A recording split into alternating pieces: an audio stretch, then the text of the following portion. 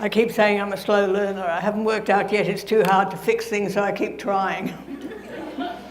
So here I am still going at it, and I've been doing it for a very long time, so you're going to have to put up with the fact that I've got a very strong memory of what's been happening and how we need to fix it. And I'd like to start by also acknowledging that we're on Aboriginal land and that we actually have arrived here without really understanding a lot of what came before us.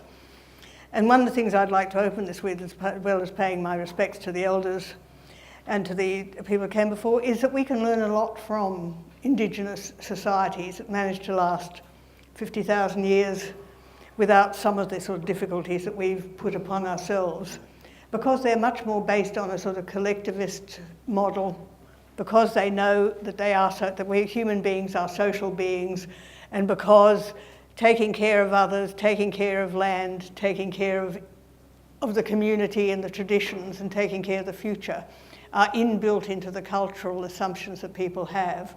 They're not something you have to learn when you go to a lunch or a dinner. So I think that we actually need to really use some of the knowledge and skills. I went to a session at the Opera House and was listening to various sessions, and the only session I went into where there was a real discussion of a collective view, was an Aboriginal woman from Australia and one from Canada talking about how they were saving the land and saving the things to do. And the language was collaborative, communal, collective. In all of the other sessions, it's about me, me, me, me, me. And I was really finding that quite difficult, even though it was talking about women. So how do we actually go about creating an inner West feminist designed living environment, and what can council workers do? Well, we've heard some of the things that have been said today. And I do want to start on that, but I want to sort of go back onto the fact, because we're International Women's Day, to actually also say that I think we need to move past the idea. I'm not going to talk about the disadvantage of women. Quite frankly, if you'll excuse the expression, I'm bored shitless with interminable stories about what we're not doing. It's a bit like some of the Indigenous stuff. If you start from a deficit point of view, you end up with the idea that women are these helpless creatures that are waiting to be rescued from the situation of being underpaid, underappreciated, and all of those things. I think we've got to start coming from a position of strength. And one of the things that I want to put on the agenda today very clearly is the fact that we have an enormous amount of discussion in almost every paper and radio program you turn on at the moment, I'm sure television as well, about the economic consequences of being a woman. Now, I know, and everybody here knows, they're not good. They're not good because we place an overemphasis on the economy.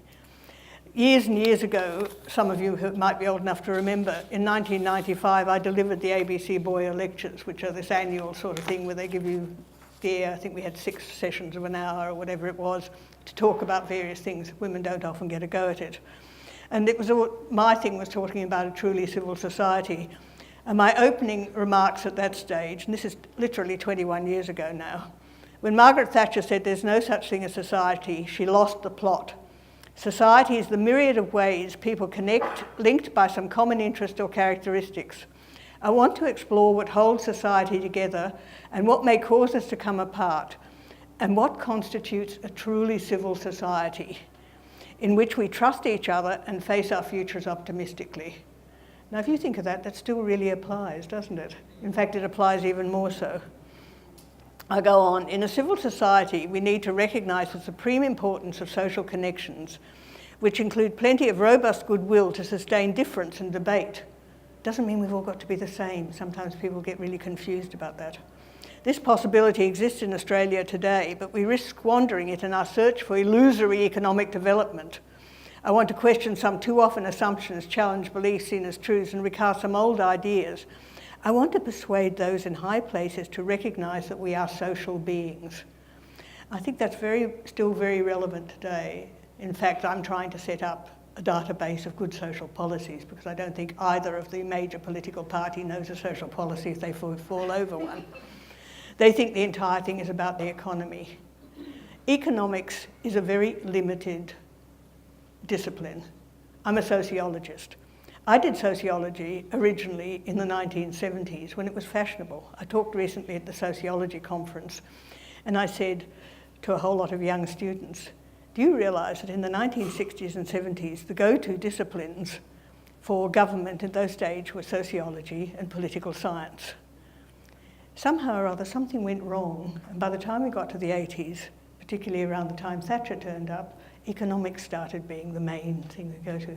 Now nobody's heard of sociology, political science, or even social psychology. They're the sorts of things you do as an individual. They're the sorts of things that get down to that. They're not about social relationships and why we are social beings. Yet human beings are social beings. We're born connected, literally, as women happen to know, but we're interdependent. We need each other. We need to be able to be part of something that is a giver and a receiver of the relationships. Now, economics is a materialist discipline. This goes equally for Marxists and markets. They both assume that the only thing that counts is our relationship to money, capital, material things, profits, and all of those things there. The big measure that we have lashed out at us at the moment is gross domestic product, which I carefully point out is definitely gross and definitely not domestic, and usually quite unproductive, because actually if you look at GDP, if you look up the textbooks, GDP covers famine, flood, crime, disaster, etc. So if we actually cut down, for instance, on traffic accidents, we might cut gross domestic product, because we count traffic accidents and we pay for them. If we cut down on housework, nobody would notice.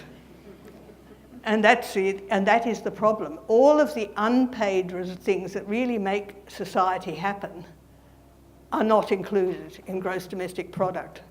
So the idea is now, if you look at it, if anybody looks at the childcare thing, are there people here from the childcare areas of the two councils? Stick your hands up. They're all working in childcare. They're all working in childcare, are they?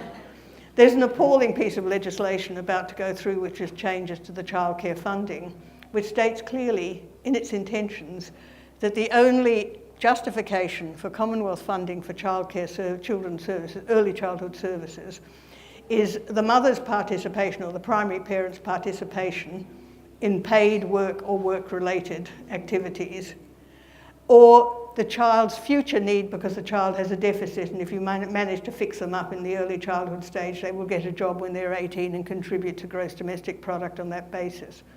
So normal families who are not low income or fall into one of the deficit categories are not going to be eligible for any forms of subsidies unless they have a work-related thing.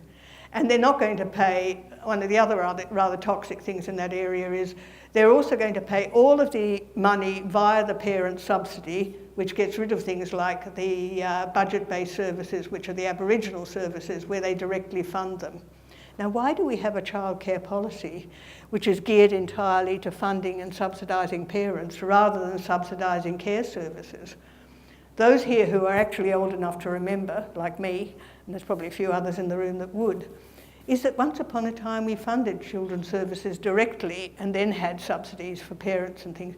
That meant that the government could actually decide where they were, what fees they charged, what services they offered, whether they were community-based, etc., etc., etc. In other words, they were part of the network of community services. Now we have a childcare thing which is based on a market model, because after all, the market will provide. And it means that people can't find the childcare they need, they can't get it at the prices they want to, and things like the Indigenous services will probably all go out of business, because in order to get the funding, the parents have to be registered up to date with Centrelink. And we all know Centrelink has such a warm and cuddly relationship with disadvantaged groups generally and Aboriginal people in particular, so they're not so likely to be properly registered because they can't deal with the bureaucratic processes which are so complicated. Even people with expertise often can't deal with an online registration service. So we're losing that sort of community stuff. We're losing it all in the welter of a market model in that particular area. So what can we do about it? Where do we go on this sort of stuff? I mean, if anybody wants to read my sort of 1995 solutions, you can go in and have a look at ABC Boyer Lectures, Truly Civil Society. There's a pirated copy online and you can download it. Don't bother about getting the ABC one. But one of the things that I started doing, fiddling around, looking for some various bits and pieces on that. And I thought, what can we do to sort of talk about what feminism really should be about? Now, just before that, I did get into trouble, and I'll sort of confess to that there's an article in something called The Conversation, which is an academic online journal some of you might be familiar with, but you can find it online anyhow, which has a title from me saying, "Feminism has failed and needs a radical rethink." I'm sorry, I don't know whether anybody watched Q&A last night, but I wish people would stop asking Michaelia Cash to call herself a feminist, because I'm perfectly happy about the fact she doesn't. Because as far as I'm concerned, feminism is about changing the world. It's not about actually moving into an area defined by men. I started off my article for the Conversation with, there was a 1970s badge that declared women who want equality with men lack ambition. And I think we actually need to adopt that. We wanted to change the world. We didn't want to just push ourselves into the male areas. By now, almost everything you read says, oh, we'll move into the male areas. And when you sort of say, well, why are we doing that? Oh, well, we need that. All right, I have no problem about the fact that women should be able to compete with men on equal terms and those things. But can we change the terms so they don't disadvantage women along the way? Why is it that the women who do succeed, and you can have a look at some of the ones who do make it in the corporate sector, usually don't have children, and all sorts of other things? There's a sort of a bias against those things which are part of what women are doing. So what we need to do is try and change things like the workplace. But I'm not going to go into that, apart from saying one of the things I'm constantly curious about, and some of the men in the room can think about this, is why do we keep harping on long working hours as though they had something to do with productivity? In fact, shorter working hours are more productive than long working hours. Part-time workers per hour are actually more productive than full-time workers. The country in Europe that has the highest per hour productivity is Holland, which has the shortest working week. But how often do we actually hear of anybody trying to shorten the working week, which would allow both men and women more time to do the non-working things and increase productivity, and we might even get some extra jobs out of it? But that discussion doesn't happen, and I suspect it is because the men in the C-suite definitely don't want to go home and fix the dinner and be there for the arsenic hour. So you can actually have a think about that in terms of sheer male prejudice, because it certainly isn't even good economics if we accept the fact that economics has something to offer. So I think we need to start another conversation. And I was sitting there trying to think of what could we do for a conversation that was different to what was going on. And I just want to talk about the unpaid stuff that we do. So I actually went in and Googled unpaid work and found the OECD data. If you look at this is Australia's figures. Admittedly, this is 2006, so they might have got worse since then, because that was the last time we did the time use survey, because they decided they didn't need to do it again. And they cut it out, I think, last year when it was supposed to happen. Total paid work, this is done over the full week for everybody aged 16 to 64, was 238 minutes, nearly 4 hours. Males did 5 hours, nearly 6 hours of that, and women about just under 3 hours on average. That's sort of 7 days a week, and it includes lots of people who are obviously still at school, so we don't worry things about that. But as an average, it's interesting. Unpaid work was 243 minutes, which is just over the 4 hours, so it's just slightly more. So we spend actually slightly more time per week on unpaid work than paid work, which is really interesting considering how much time we spend banging on about paid work and how little time we spend banging on about unpaid work. And men do just under 3 hours of that, and the women do just over 6 hours. Funny about that. When you add them together, they sort of end up with sort of more or less parity in the amount of hours we do per day. Interestingly, we also can add into that 281 minutes on leisure, which is nearly 5 hours.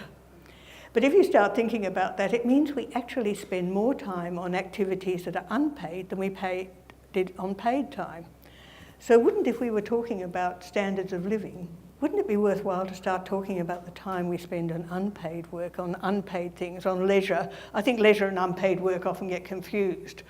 I mean, leisure is watching television, watching current affairs if you're trying to do some work on something is also unpaid work, and various other things. I mean, cultural stuff. These days we have to talk about creative industries, but okay, go back to the Indigenous example. I mean, a lot of cultural stuff there was just part of ceremony. And it was that odd bit about why did they take it off the body and stick it on the canvas? Well, it was a bit hard selling the bodies, even though they did a bit of that around the place as well. So, I mean, the idea of creative work as a fundraiser, as an industry and so on, is also a relatively recent invention. So a lot of creativity, a lot of things that people do to be creative is not aimed at earning money, but these days it's all seen as evaluated in financial terms. But there's certainly a large amount of care for others and informal care, and just talking to your neighbours, talking to your older neighbours, making sure people are on their own and living okay, making sure that you have friends, making sure you're there. Just being people is part of both unpaid work and leisure, and it's what we spend most of our time on.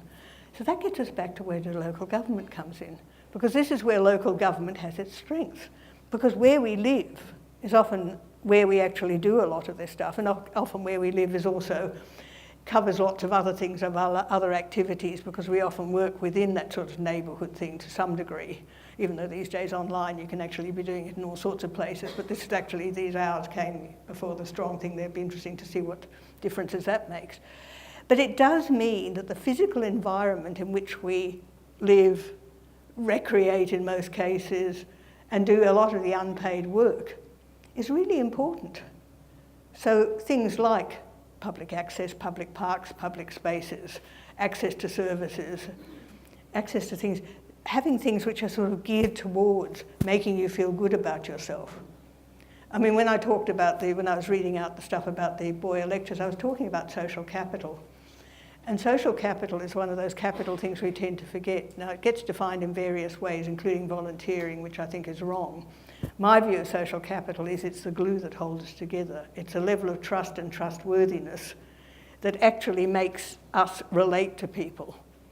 You know, so it's something that it's not something that you can individually hang on to. It's something that comes out of your interrelationships with other people.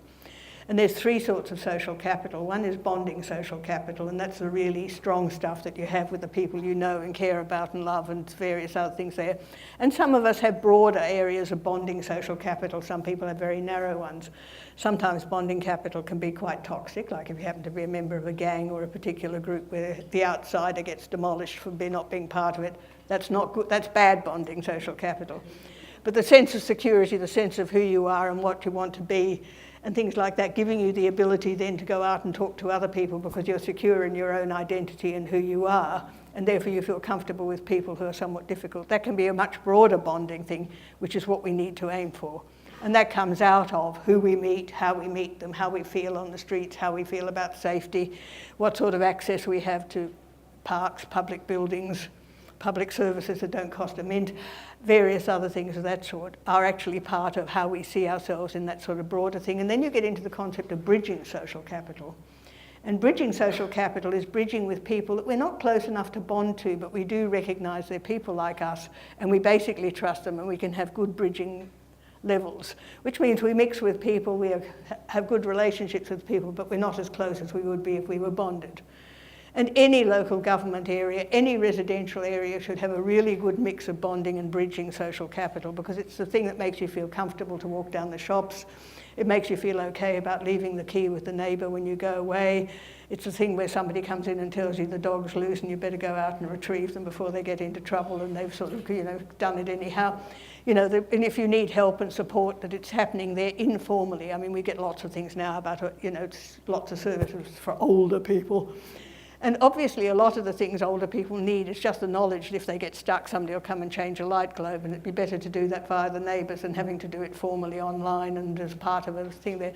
So having that sort of stuff is a really important part of feeling belonging, feeling wanted, feeling that you can contribute, regardless of what you're contributing as, but that other people contribute to you, that there's a mutuality, an interrelationship about the way we live and the way we are. And that means we don't cut out people because they look different and are different. It's about getting past all of that. And the third one is what's called linking social capital, and that's also where local government comes in, because that's being able to trust the areas that actually, the governance areas, the people that make the decisions, the politicians, the public servants, the professionals and the various things. If you've got a reasonable amount of linking social capital. You're prepared to trust what's going on in the outside world sufficiently so you don't feel like heaving a rock at the ambulance every time they turn up in your area or doing something of that sort because you're just so pissed off with the bastards you don't want to have anything to do with them. So a good local government area needs to sort of follow this stuff around and have a think about what they do in all of their things there. And I mean, you're the ones that work there, so you can write these down in your bits of paper. Where are the areas where we can use what we have there to improve those levels of trust and goodwill at the various levels, to break down that sense of isolation and sense of need to chuck rocks or verbal insults at other groups because they're not like us. All of those sorts of things. We're all in areas where there's a lot of diversity, and we're all in areas where at the moment there's certain levels of tension. And we need to sort of work out how we can make people do that, and not by sort of just running the odd event, but by actually really making sure that everything we do is culturally appropriate, comfortable, and goodwill. And equity, which is a sense of fairness, is really a crucial part of all of that. You don't have to always find out that the people at the council agree with you, but you want to be treated with respect when you bring ideas up. You want to be listened to, and if they don't take them on, you want feedback as to why it wasn't taken on. So having a sense of fairness of process is as important as actually being able to win. And this is something people very often forget. So I reckon that if we're talking about this sort of stuff, that this is the things that, if you're looking at a feminist view, my view is basically feminism is about the social. It's not about the economic. Economics should be pushed back to where it was in the 1970s, which is a somewhat boring discipline, which had very limited algorithms and various other things, which were useful for looking at the financial side of how you paid for things. But it should never become goals on its own. And these days it seems to be that. Yes, we need to pay for a lot of the things that we have, but what I'm outlining is a lot of what we do unpaid is equally valuable and equally likely to pay benefits to the community, to the people that live there, and yet the amount of time that we spend and the amount of energy that we spend on these sorts of areas is way below the amount of time and energy we spend on economic growth. You know, pushing people into the paid workforce. No, let's find some way of providing income for the people that we have in communities who spend a lot of time doing things for nothing, for the people that need those sorts of supports. Why can't we acknowledge that? Why can't we make sure that they are at least capable of getting some sort of income support? Why can't we make sure that people are supported in the community and recognised for what they do voluntarily with the neighbours, for just being there, of being available, of being able to mind the kids for 10 minutes while somebody shoots off to pick up a prescription, whatever it is. How often do we actually talk to our neighbours? How often do we actually know our neighbours' names? You get these bloody big blocks of flats at the moment. And I think council should ban the idea that blocks of flats be built where you only have entry cards onto one floor. What's wrong with going visiting within the blocks of flats? You know, now you have all of these automatic entry type things. There's no public spaces. There's no design. I can remember once talking to an architect who said there was an enormous difference between buildings where the doors faced each other in the apartments and the ones that were all lined up along a hallway because there was never any community place to actually talk to people. I mean, even simple design things of that sort allow for common spaces and common entry points and the ability to meet people face to face accidentally and smile. And this is what we very often lack. So you're the experts, you're the people that work in these areas, you're the people that should be able to think up ways that we can do this. I don't, I'm not, I'm just a person that sort of things like that. But if we talk about this stuff, if you go back to what I think feminism is about, I think this is what feminism is about. It's putting this stuff, which happens to be the feminised area of what we are and what we do, onto the agenda and saying it's at least as important as the masculinised areas. Yes, we need to look at crime. Yes, we need to look at terrorism. Yes, we need to look at gross domestic product. Yes, we need to look at all of those things there. But can we balance that off by looking at good living, at good relationships, at care, at support for the people that need support and who's supporting them, all of those things, because in the long run, that's what's going to count. That's what makes the society work. The other things don't. I went along to hear Anne-Marie, whatever her name is, who's who's out here at the moment, Slaughter, the other night, and she was talking, I thought she was going to talk about feminist stuff because she's the one that did things about saying women could never have it all. Now, being a long-term feminist, I can never remember anybody saying we could have it all. I think it's a lot of crap. Nobody has it all. Men don't have it all either. Which reminds me that we need to sort of also think about how men can actually take more part in the unpaid work, and that's the reason I raised the issue of the shorter working hours and allowing men to have flexible working hours. And it's a good argument actually for increasing the pay for women, feminised jobs and part-time work is because more men would then do it, you know, rather than that too. So we need to sort of break that down. But she was talked the whole time there about foreign affairs, and all she talked about was wars. So I actually stuck my head up at the end and sort of said, excuse me, can you explain to me why foreign affairs seems to be entirely men shooting each other? And the audience actually clapped because they sort of felt that there. You know, even if we're talking about overseas aid, you're talking about society. And she said, oh yes, well, you know, Hillary Clinton's very good on development, but development was that little tiny thing that you hang off the bottom of everything else you do in terms of foreign affairs. And so much of what we're talking about here is the stuff that nobody even puts on the agenda. You know, how many councils actually do look at how many neighbours you know? How many councils do actually look at the levels of trust and well-being within the community? You might do the odd survey from time to time, sometimes since I used to teach research methods with badly designed questions. But, you know, and often you only get the answers to those things by doing them through focus groups where you listen to people talking about things rather than ask them questions which immediately gets you the answers you want or don't want. But I just think we need to sort of say feminism, if we're going to have the next feminist revolution, we've got to go back to the idea that we had in the 70s, which is to take all of that stuff which somehow they got separated in the Industrial Revolution when the men went out to work, and some of the women did too, but then they got sort of chucked out of the workforce for a whole range of reasons. And, you know, and we got stuck with the fact that the real world was out there, and the household somehow or other, and the community and the society went off the agenda, and it really went off the agenda with neoliberalism. But neoliberalism isn't working now. If you read some of the business pages, there's a lot of business people being very puzzled about why the market hasn't responded appropriately to dropping tax, you know, the interest rates and various things like that. We need to get back to talking about what makes a good society. Because I think somewhere along the line we've got to give up on economics and go back to sociology and go back to some of those other things. But one of the things, and I'll finish off with this too, is I think we actually need some leadership. And that means women have got to stop asking politely or even impolitely, will men rescue us from the situation that they put us in? To the point where we're going to stand up there and say, we want to create a good society, we want to create good social policies, we want to make sure that government and government spending supports the things that are important to us in our daily lives that make for a good lifestyle. And then we'll talk about the economic stuff and how to get there. But let's try and get feminism to set the social goals that make things better for all of us, including men, who are not going to be so constrained into having to be the leaders and the people of the, you know, the people that are pushed into those positions of power, and they're not allowed to be part-timers or take time off and work with the kids or be creative or do those things too. Let's get rid of all of those gender stereotypes, and the only way we're going to do it is by getting that stuff which is now overlooked because it's feminized and put it up there on the same level or maybe a higher level to all the crap that men think are important, at least powerful men do. So that's the challenge you've got.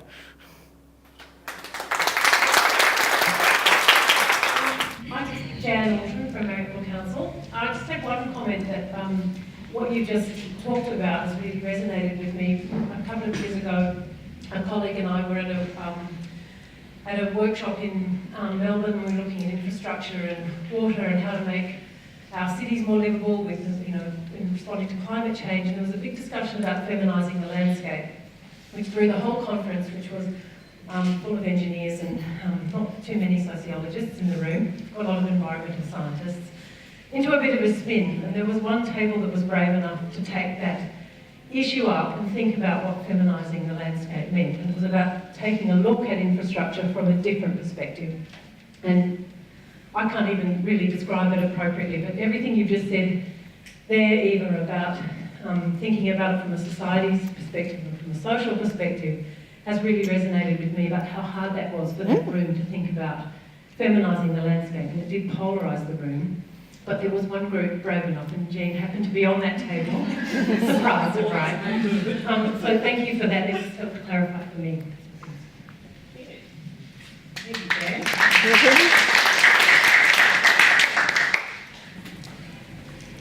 say something to just to add to that comment further, a bit more explanation. The design actually had at the centre a heart. So the heart of the precinct that was being planned was planned for social, environmental, of course economic and governance, but they actually drew a heart in the middle, and that was the local neighbourhood centre for everyone. So even physically, the design was social and about love.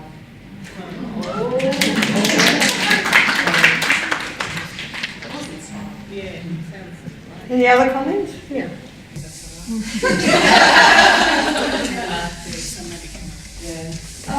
I like the question, what makes a good society, because in environmental education we're always looking at reflection as a major tool, and I just wanted to, so when I do things like a drive and ride bikes, I'm with people who are out of their gender role, their everyday economic role, and that's the really nice place to have that conversation about what makes a good society, because everybody cares about family, everybody cares about what you're speaking about, but I think the gender roles limit the conversation. So it's nice to be in another area where everybody's equal to talk to them. We just need to expand those areas. Anybody else? Does anybody else want to make a comment or ask a question? Okay, let's burst into our exercise. Do you want to say something else? Yeah. Can I just say, I think one of the things we're going to have to learn is to be able to stand up and say things. I'm sure some of you've got some things you're thinking about things. So can we just have one more minute to see if anybody is prepared to sort of have a comment on that? Because I can't believe that none of you have actually had things going through your head, but you just feel embarrassed about standing up in case you get it wrong. Anybody got anything they want to say? I'm Jasmine Page and I work for the Cooks River Alliance. It's a place. It's absolutely a place-making process, and there is an intellectual analysis of place, but it has to be located with people, and quite often people get kind of abstract. And I think that what Eva Cox is saying is we can't make it abstract. We have to really think about what people need in that place and what our relationships are individually, but absolutely communally. And so I'm interested in how do we do that, and how do we have those questions that we then use to kind of interrogate our own work and go, have we really thought this through properly? So that's what I'd like out of today. If you could give me some questions that really help me actually properly connect it. Thanks, Jess. Yeah. Anybody else got some comments they'd like to make on that? I've got a question. Eva, I'd love to talk, thank you, and I think it's really refreshing to go back and sort of refresh the 70s. And so for me, and what you're saying is also a bit depressing, because here we are in 2016 and we haven't sort of let go of the agenda of economics rules everything. In fact, it's got worse. And what is it we're not doing right? Because if something is not happening, if we've got amazing women, strong feminists, strong political leaders, well, maybe that's not, no, that's not right, but maybe academics at least, and social commentators, that there is something that's not happening to get us from that place in the 70s, and it's been eroded. So I know it's okay for us to stand up and say, yeah, we'll all be leaders and we'll push it forward and do the agenda, but it seems that we're being pushed back, you know, and how do you fight back on that? Because that's, for me, is the bottom line. It's like we're all here, we're all committed, but we're not getting that agenda on the, you know, to the front and fore. Well, if I'm just going back to the article which is in today's conversation, this is what I was dealing then, is that I said we knew then that legal equality was only the starting point. And despite fixing most of the legal barriers, the cultural changes failed to follow. There were other changes happening. By the 1980s, the arrival of neoliberalism as the dominant political paradigm slowed most social progress. It's not only us. You can see it in the indigenous stuff. You can see it in a whole lot of areas. Suddenly, that whole idea of collective change disappeared.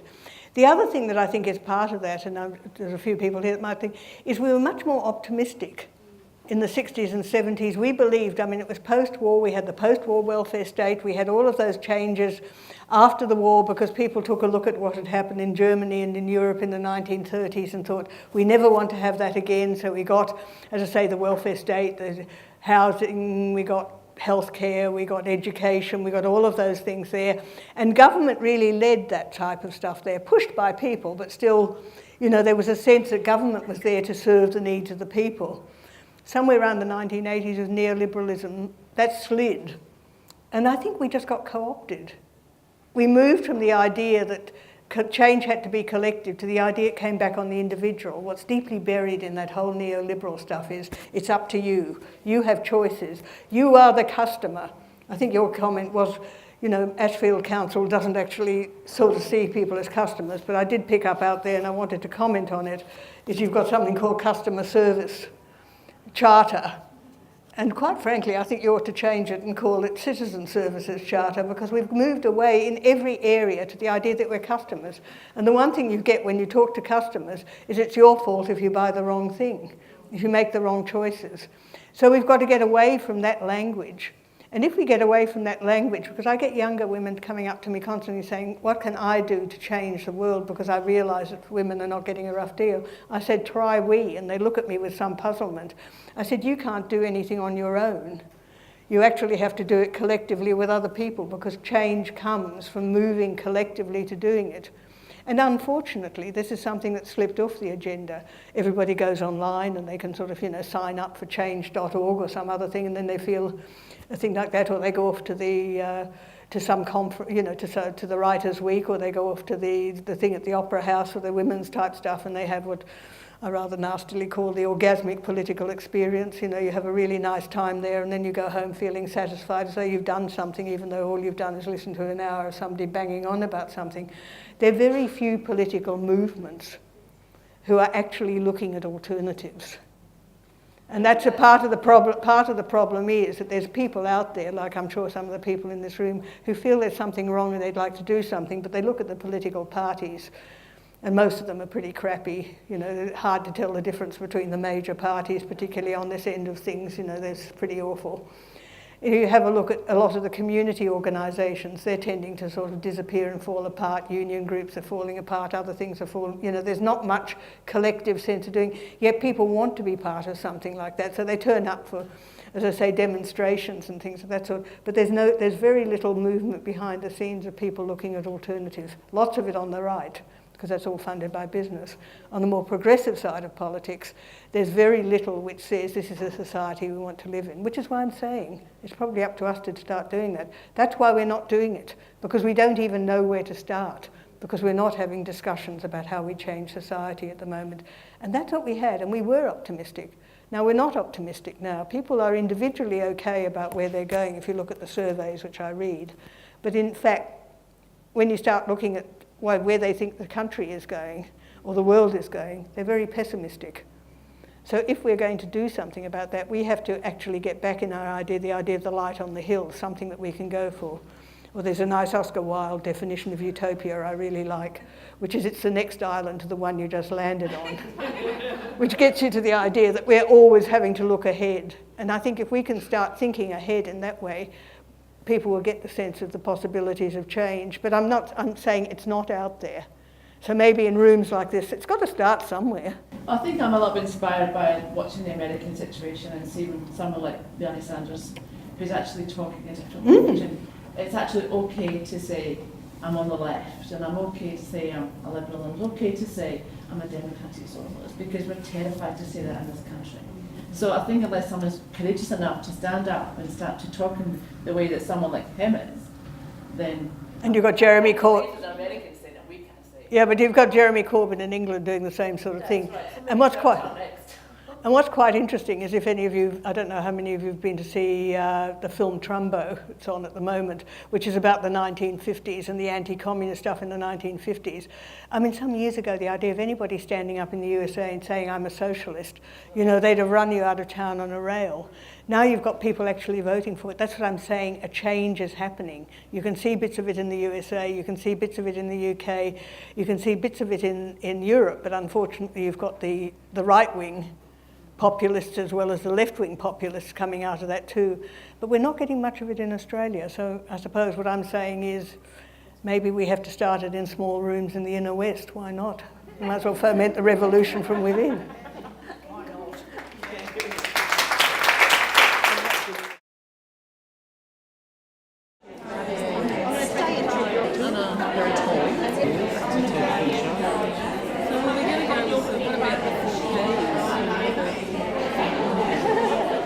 Our main one was really just a general one, a comment in terms of improving social infrastructure and ensuring access to facilities in the area.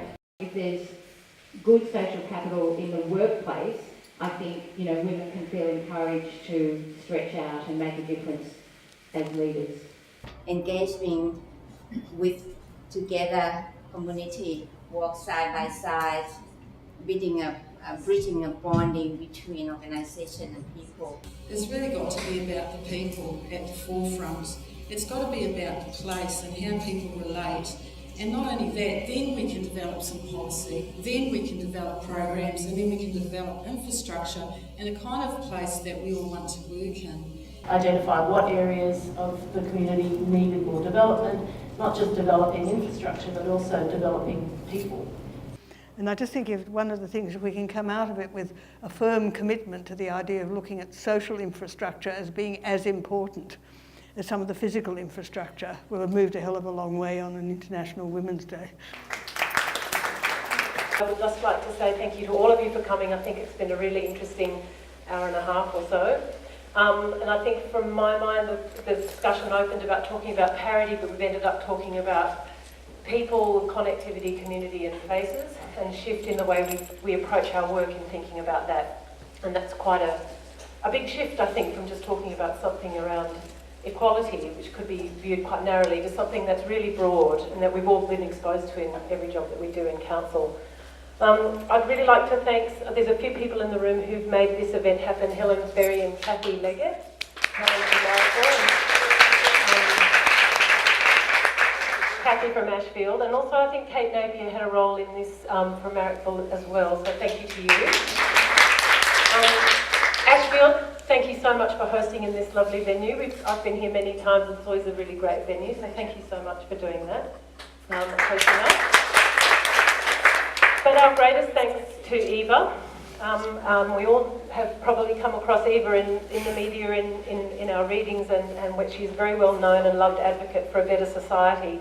And I found out before I came here today that she also has her own postage stamp. So very exciting, look out for that one. So we were really thrilled to know that she had accepted the invitation to come today to talk to us. And I think that you really have brought us to think much deeper about our role in local government and to ponder the wider issue of society and what's happened to the discussion of society and its role in how we manage our world. And particularly, I think for me, the role of women in that, in terms of thinking about what feminising, bringing feminist ideas back into the community and not letting that idea disappear. We are one half of the gender and we need to think about that and not disappear it into a neutrality. And to think about how do we build infrastructure that is sympathetic and to the community that it's being designed for. And on our table we had a long conversation, or a short conversation actually, about beauty and infrastructure and why does infrastructure need to be ugly? It's true. So our challenge, and thinking of the collective, our challenge is to bring the social back into the local government discourse, into our policies, programs and discussion.